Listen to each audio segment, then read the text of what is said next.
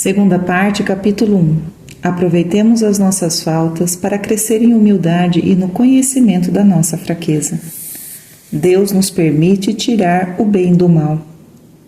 Não desanimemos, nem mesmo nos surpreendamos com as nossas quedas. Essas são disposições indispensáveis e muito salutares. Todavia, não constitui senão a parte negativa da arte de aproveitarmos as próprias faltas. Abordemos, pois, agora a parte positiva e indaguemos a partir do pensamento de São Francisco de Sales como podemos aproveitar os nossos pecados como fonte de progresso espiritual, a despeito da sua baixeza e malícia. É claro que esse proveito não virá dos pecados em si mesmos, mas da misericórdia divina e da graça de Cristo, que, servindo-se das nossas iniquidades, sabe fazer resplandecer a sua bondade e tirar proveito das nossas fraquezas para nossa salvação. Ora, o adubo da terra é sem dúvida uma corrupção, uma putrefação, e contudo, observa São Bernardo, o lavrador e o jardineiro aproveitam-no para que a terra produza frutos mais perfeitos e abundantes. Do mesmo modo, Deus serve-se das nossas faltas para fazer com que o terreno da nossa alma produza copiosos frutos de virtude, e a sua bondade, que sabe sempre pôr a nossa vontade e as nossas ações desordenadas a serviço da beleza da ordem divina, digna-se também empregá-las em nosso benefício. Esse proveito será tanto maior quanto, por um lado, mais vivamente detestarmos os nossos defeitos e mais implacavelmente os combatermos, e por outro, quanto maior for a nossa fé nos desígnios de Deus e mais ativamente nos associarmos a eles, acreditando que é para o nosso bem que Ele permitiu esses desacertos. Temos de adentrar os planos do Redentor, tais como a Igreja nos desvenda, combatendo o maligno com as suas próprias armas, voltando contra ele os seus artifícios e buscando remédio para as feridas que nos causa. Deste modo, verificaremos por uma feliz experiência quanta verdade há nesta palavra de São João Crisóstomo. Muitas vezes, o próprio demônio nos é de grande utilidade. É preciso apenas saber fazê-lo servir para nosso proveito. E assim, o lucro que nos proporcionará involuntariamente será inestimável. Santo Agostinho resume isso em poucas palavras. Tudo contribui para o bem dos que amam a Deus, diz ele, repetindo São Paulo. Tudo, até as quedas, pois delas podemos levantar mais humildes, mais vigilantes e mais fervorosos. E o mesmo diz São Francisco de Sales. Preciosas imperfeições fazem-nos conhecer a nossa miséria, exercitam-nos na humildade, no desprezo de nós mesmos, na paciência e na diligência. Aproveitemos os nossos pecados para crescer em humildade. Falemos da primeira dessas três vantagens que pode resultar das nossas faltas. A humildade, pois, é a primeira que o bispo de Genebra destaca, seguindo Santo Agostinho. Queira o Espírito Santo inspirar-me o que tenho a vos escrever, minha Senhora. Para se viver constantemente na piedade, é necessário estabelecer sólidas e salutares máximas no espírito. A primeira que desejo ver bem gravada no vosso espírito é a de São Paulo. Tudo contribui para o bem dos que amam a Deus. Romanos 8:28. E é verdade, porque se Deus pode e sabe tirar o bem do mal, para quem o fará, senão para aqueles que se dão a ele sem reservas? Sim, até os pecados, dos quais nos guarde Deus por sua bondade, se veem reduzidos pela divina providência a contribuir para o bem dos que lhe cometem. Davi não teria sido tão humilde se não tivesse pecado. Deveis odiar os vossos defeitos, mas com um ódio sereno e tranquilo, encará-los com paciência e fazê-los servir para vos humilhardes. Tiremos proveito de uma santa humilhação em que a nós mesmos nos entregamos. a humildade, fundamento de todas as virtudes, e o orgulho, princípio de todos os pecados. Se há no mundo algum tormento para os corações que ambicionam santamente a perfeição, é sem dúvida o duplo sentimento da necessidade de serem humildes e da dificuldade que têm em consegui-lo. Por um lado, essa virtude, base e fundamento de todas as outras e tão necessária ao homem nesta vida mortal, é a mãe, a raiz, a seiva e o elo de ligação de todos os demais bens do espírito.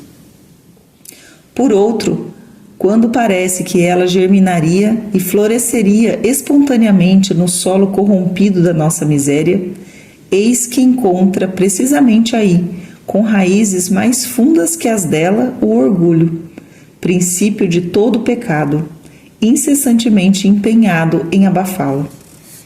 Não há nada que possa melhor exprimir a astúcia e a força do demônio do que o orgulho, na habilidade e na multiplicidade das suas manobras. É uma verdadeira serpente, que nasceu conosco e quer nos envolver nos seus anéis e infectar com seu veneno tanto as nossas ações mais santas como as mais indiferentes, os pensamentos mais secretos e as intenções mais puras. Alimenta-se com frequência das nossas próprias virtudes e procura confiscar em seu proveito os dons mais delicados de Deus, para com eles se saciar. Se às vezes parece dormir, é para melhor e mais à vontade envolver com seus anéis a nossa alma cheia de ilusões. Se mostra-se e se deixa ferir, é para triunfar à custa dos mesmos golpes que lhe damos. No dizer de São Francisco de Sales, o orgulho é um mal tão comum entre os homens que nunca será demais pregar-lhe e inculcar-lhes a necessidade que todos têm de perseverar na prática da santa e amabilíssima virtude da humildade. Nossas faltas, janelas que nos mostram as nossas misérias. Nunca ninguém estará suficientemente armado contra tamanho inimigo de uma virtude tão indispensável, e já que não é possível exterminá-lo nesta vida, é preciso ao menos conhecer avidamente todos os meios de enfraquecê-lo e neutralizar-lhe as suas investidas. Ora, entre todos esses meios, um dos mais eficazes é justamente fornecido pelas nossas faltas. À semelhança da mandíbula dessecada de uma mula, que nas mãos de Sansão se transformou num engenho de morte contra os filisteus, os nossos pecados, por mais hediondos que sejam, também podem transformar-se numa arma poderosa contra o orgulho e converter-se assim em instrumento da nossa salvação e perfeição.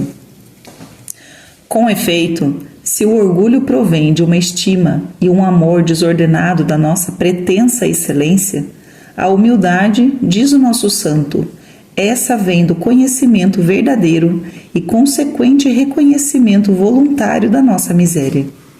E que há de mais apropriado para nos dar esse conhecimento verdadeiro do que a consideração dos nossos pecados? Realmente são eles, na engenhosa expressão do Padre Alvarez, janelas, entre tantas outras, pelas quais penetra uma luz mais abundante sobre as nossas misérias. Mais eficazes do que as humilhações que nos vêm dos acontecimentos ou dos homens, as nossas quedas convencem-nos da fragilidade das nossas forças puramente humanas. E este reconhecimento do nosso nada, diz São Francisco de Sales, não nos deve inquietar, mas tornar-nos mansos, humildes e pequenos diante de Deus, porque é o amor próprio que nos faz impacientes ao ver-nos fracos e indignos. Mas eu sou tão miserável, tão cheio de imperfeições. Conheces bem o teu estado? Pois bendize a Deus por te dar esse conhecimento e não te lamentes tanto. És muito feliz por saber que não és senão a própria miséria. Devemos confessar a verdade. Somos umas pobres criaturas que, sem a ajuda de Deus, não podem fazer bem coisa alguma. Eu vos digo que será mais fiel se fordes humilde. Mas chegarei a ser humilde? Sim, se quiserdes sê-lo, mas eu quero, pois então já o sois. Mas eu vejo que não sou, melhor ainda, pois isso serve para que o sejais com mais firmeza. As faltas que cometemos, tanto interiores quanto exteriores, são um motivo eficaz de humildade, e a humildade produz e alimenta a generosidade. Com efeito, como confiar em nós mesmos e julgar-nos de algum valor quando caímos de bruços ao primeiro sopro da tentação, quando vemos os nossos melhores propósitos desvanecerem-se como uma faísca, como a estopa atirada às chamas? Ah, como o orgulho perde a sua força quando uma queda nos mostra a realidade da nossa miséria, e como a humildade se assenta mais facilmente na verdade. É como se ouvíssemos uma voz bradar: sejam retos os vossos juízos. Salmo 57:1. Fostes pesados na balança, e viu-se que não tinhais o peso que queríeis. Daniel 5:27. Pensáveis ser mais, e eis que sois menos. 3 espécies de cajados do bom pastor. Tal é o segundo os santos doutores, o principal desígnio de Deus, quanto permite que pequemos. O bom pastor, diz o príncipe do púlpito italiano, utiliza 3 espécies de cajado com as suas ovelhas. O primeiro é o da correção, que são as adversidades. O segundo é o da provação, que são as tentações. E o terceiro é o da indignação, que consiste em permitir que pequemos. Sob o golpe de qualquer um deles, o homem vê-se forçado a reconhecer o seu nada e a humilhar-se, mas nunca o faz melhor do que quando é atingido pelo jugo do terceiro, pois é com a experiência das suas quedas que ele realmente vê a sua miséria. É como no dizer de Jeremias: eu sou um homem que vejo a minha indigência sob a vara da indignação do Senhor. Lamentações 3:1. Este cajado é tão salutar que Deus não hesita em empregá-lo, nem mesmo com os seus melhores amigos. Como a humildade pode encontrar o seu mais temível obstáculo, o orgulho, nas próprias virtudes, porque estas podem muito facilmente dar ocasião à vaidade.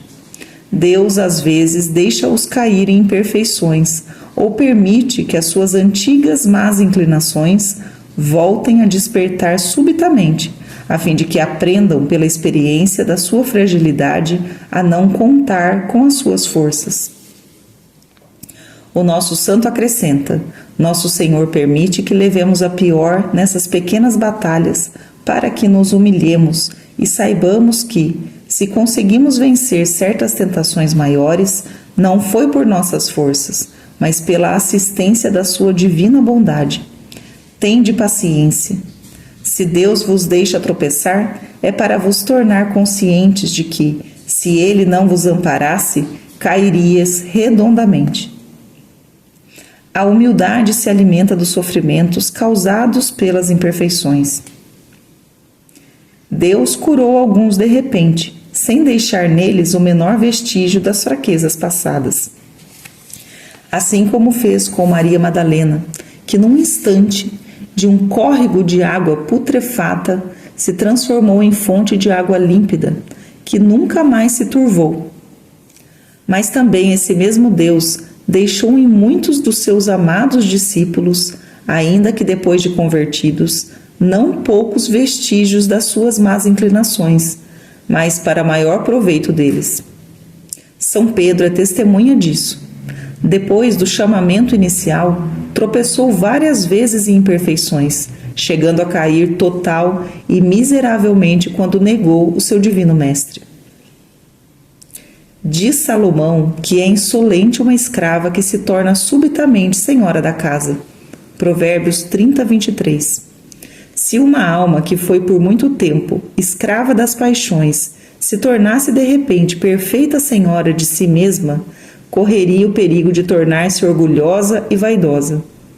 Tem de ser pouco a pouco, gradualmente, que adquiramos este domínio, que os santos e as santas demoraram dezenas de anos para conquistar. Ficai em paz e suportar serenamente as vossas pequenas misérias. Sois de Deus sem reservas. Ele vos guiará bem. Se não vos livra tão depressa das vossas imperfeições, é para vos livrar delas com mais proveito e para vos exercitar por mais tempo na humildade, a fim de que esta virtude ganhe raízes profundas na vossa alma.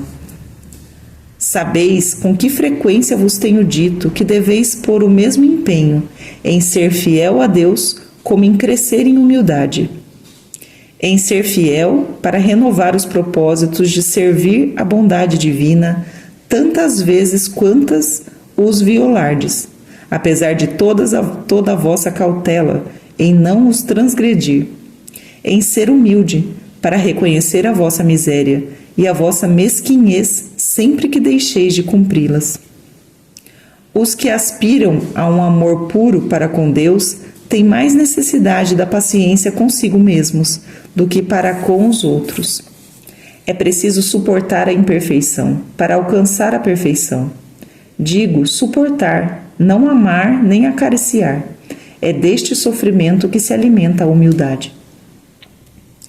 Alguns pecados menos graves servem para nos curar do orgulho. Ponderemos bem, a doutrina do nosso santo, como a de outros doutores, não se refere somente às faltas leves.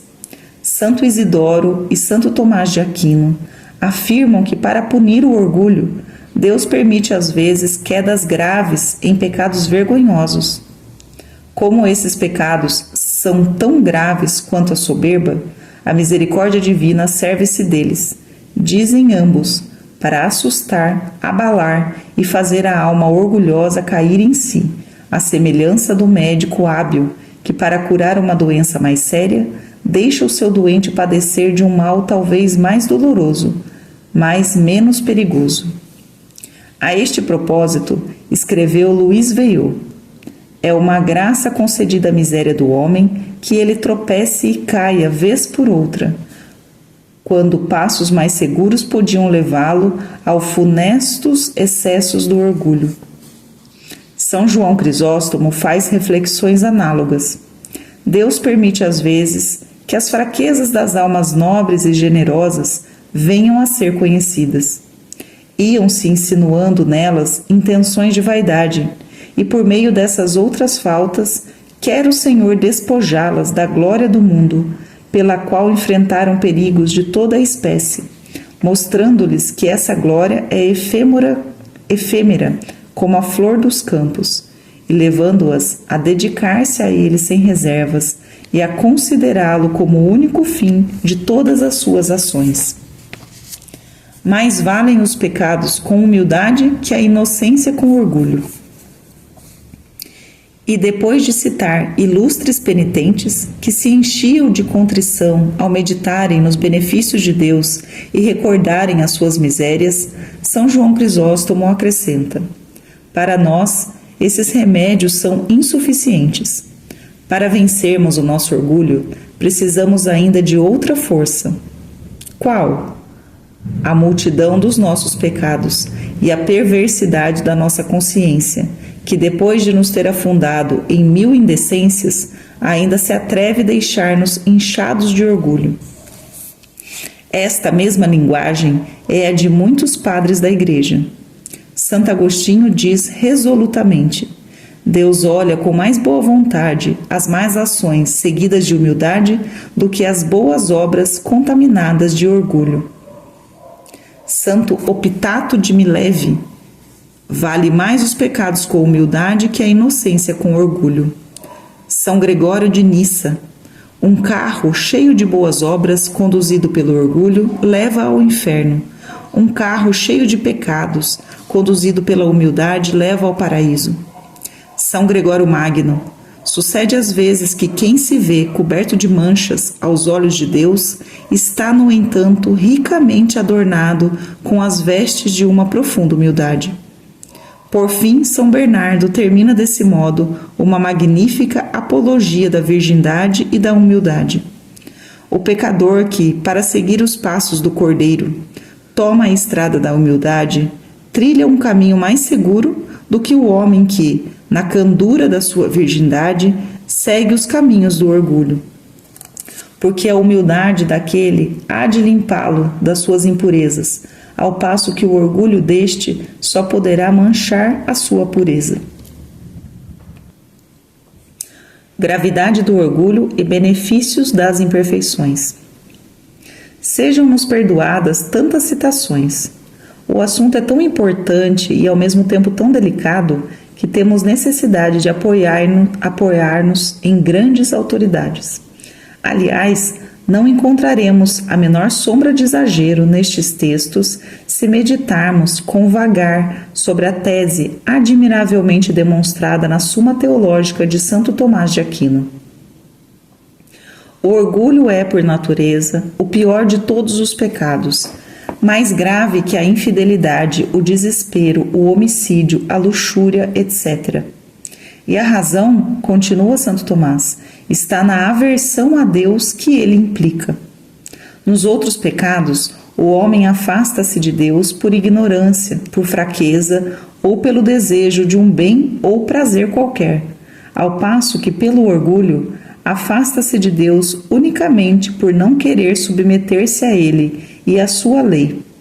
É por isso que, diz Boécio, enquanto todos os vícios fogem de Deus, só o orgulho o encara de frente.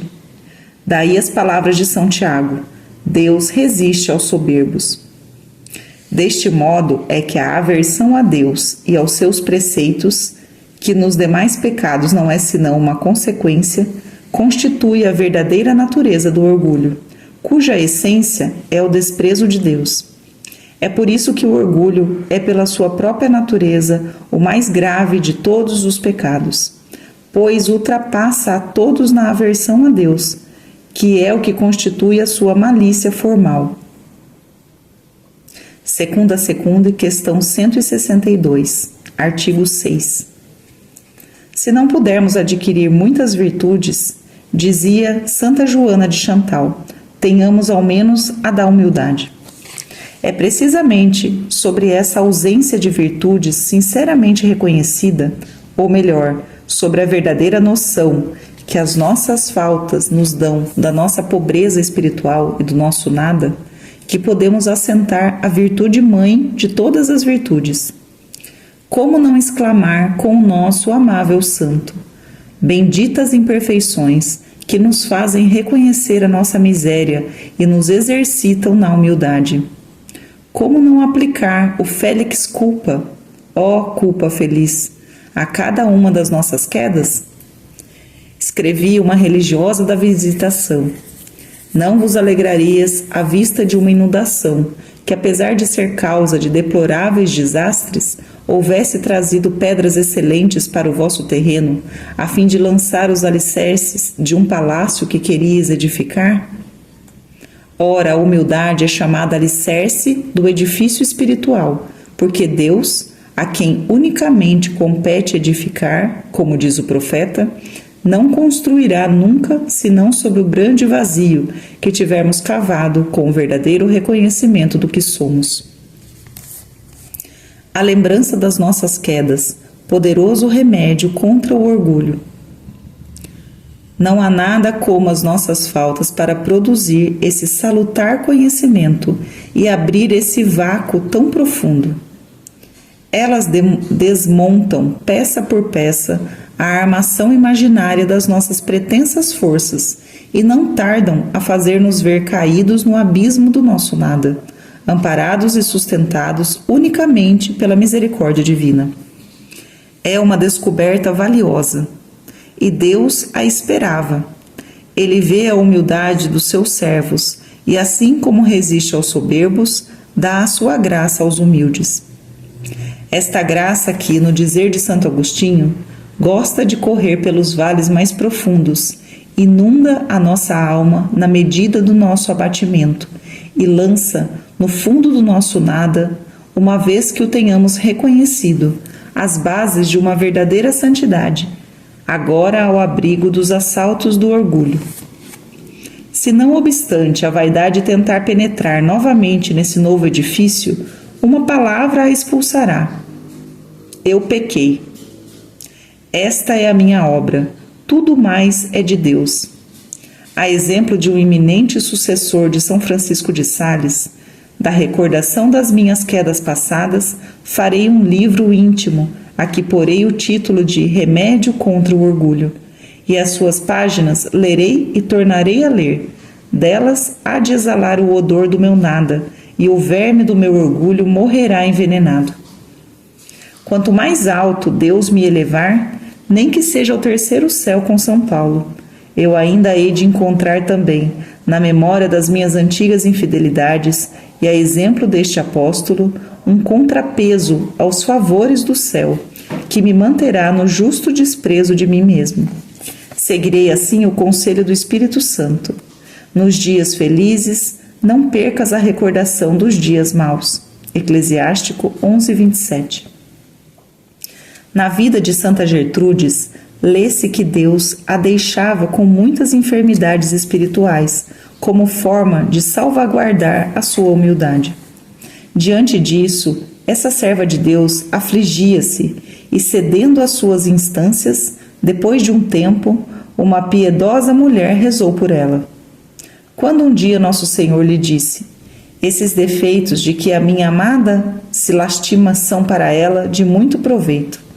Todos os dias derrama em sua alma uma tal abundância de graças que, para preservar a sua fragilidade humana dos assaltos da vaidade, devo ocultar-lhe muitas dessas faltas leves. O adubo torna fértil a terra. A consciência que uma alma tem da sua fraqueza faz germinar nela o reconhecimento, e cada vez que assim se humilha das suas faltas, dou-lhe uma graça que as destrói. Pouco a pouco vou transformando os defeitos em virtudes, e a alma se surpreenderá ao ver-se um dia inundada de uma luz sem sombras. Reconhecimento para com Deus, fruto da lembrança das faltas perdoadas. O reconhecimento para com Deus é, pois, outro fruto que a lembrança das nossas faltas perdoadas deve produzir e fazer germinar em nós. A humildade é essencialmente verdade, ao mesmo tempo que nos desvenda o nada de onde fomos tirados. Põe em relevo o bem em que em nós procede de Deus, como da primeira causa. Deste modo, quanto mais ela mostra à nossa alma sua baixeza, tanto mais faz resplandecer aos nossos olhos, num contraste esmagador, a grandeza e a multiplicidade dos benefícios de Deus, e por conseguinte, tanto mais nos facilita a gratidão para com o Autor de todo dom perfeito. Não é este um dos menores proveitos que podemos tirar das nossas faltas. Filha do orgulho, a ingratidão é um pecado geral, que se difunde por sobre todos os outros pecados e os torna infinitamente maiores. É, no dizer de São Bernardo, um vento abrasador que seca as fontes da graça. Ora, este vício não pode ser mais vitoriosamente combatido do que pela consideração das nossas infidelidades frente à persistente misericórdia de Deus. Sem dúvida, nada pode humilhar-nos tanto diante da misericórdia de Deus como a multidão dos seus benefícios. E nada pode humilhar-nos tanto diante da sua justiça como a multidão dos nossos pecados. Consideremos o que Deus fez por nós e o que nós temos feito contra Ele. Da mesma forma, examinemos com minúcia os nossos pecados e examinemos também com minúcia as graças que Deus nos concedeu. Não havemos de recear que o conhecimento do que Ele nos outorgou nos encha de vaidade, desde que nunca esqueçamos que tudo quanto há de bom em nós não é nosso, mas dele. Porventura os animais de carga deixam de ser grosseiros e brutos por caminharem carregados com os objetos preciosos e perfumados do príncipe? Que temos de bom que não tenhamos recebido? E se o recebemos, por que nos orgulhamos como se não o tivéssemos recebido? 1 Coríntios 4:7. Pelo contrário, a viva consideração das graças recebidas torna-nos humildes, porque o conhecimento gera o reconhecimento. Mas se, vendo as graças que Deus nos fez, vier a despertar em nós alguma sombra de vaidade, o remédio infalível será recorrer à recordação das nossas ingratidões, imperfeições e misérias. Se considerarmos o que temos feito quando Deus não estava conosco, reconheceremos claramente que o fazemos quando Ele está conosco, não é obra nossa. Alegremo-nos verdadeiramente com isso e rejubilamos com os bens que há em nós, mas é somente a Deus, como único autor de todos eles, que devemos dar toda a glória. Deixai que a memória vos lembre as vossas faltas e infidelidades, para que vos humilheis e emendeis, e dos benefícios que recebestes de Deus, para que lhe deis graças. Dizei ao vosso coração, para a frente, não queirais mais ser infiel, ingrato e desleal com o teu grande benfeitor. E como será possível que a minha alma não se submeta de hoje em diante a um Deus que fez em mim tantas maravilhas e tantas graças? Indulgência para com as fraquezas alheias, fruto da humildade. Por último, São Francisco de Sales quer que a luz projetada pelas nossas faltas sobre a nossa fraqueza nos conduza pela humildade à indulgência para com as fraquezas do próximo. A humildade, diz ele, faz com que não nos inquietemos com as nossas fraquezas, fazendo-nos lembrar das fraquezas dos outros. Por que havíamos nós de ser mais perfeitos que os outros? Paralelamente, leva-nos a não nos perturbarmos com as fraquezas alheias, lembrando-nos das nossas. Por que havemos de estranhar que os outros tenham defeitos, se nós estamos cheios deles? São João Crisóstomo insiste, com a sua energia habitual, sobre esse resultado tão pouco meditado, a que nos devem levar as nossas faltas, segundo o plano divino. Diz que, se não foi confiado o sacerdócio aos anjos, foi pelo receio de que, com a severidade que lhes poderia dar a sua impecabilidade, chamassem os raios para fulminar os pecadores.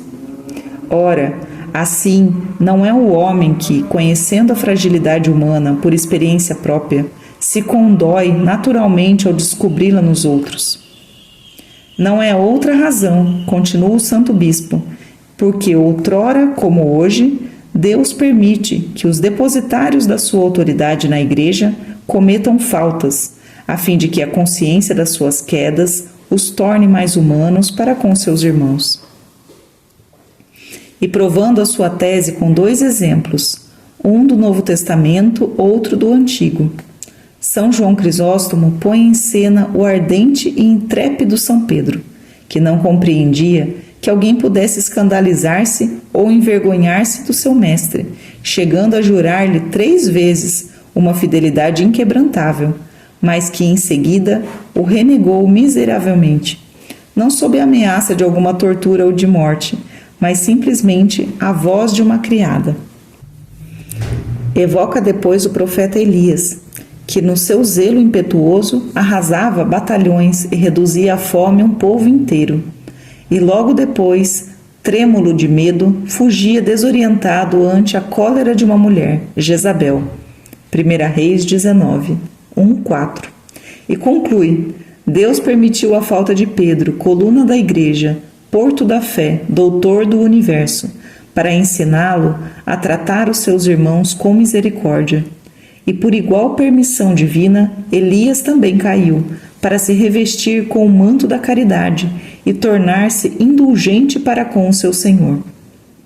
São Bernardo diz o mesmo, comentando um provérbio: quem passa bem não sente o mal alheio, e quem come bem não sabe quanto sofre aquele que não tem o que comer. Quanto mais um doente se assemelhar a outro e um faminto a outro faminto, mais profundamente se compadecerão um do outro. Para se sentir infeliz com a infidelidade dos outros, é necessário que se tenha experimentado em si.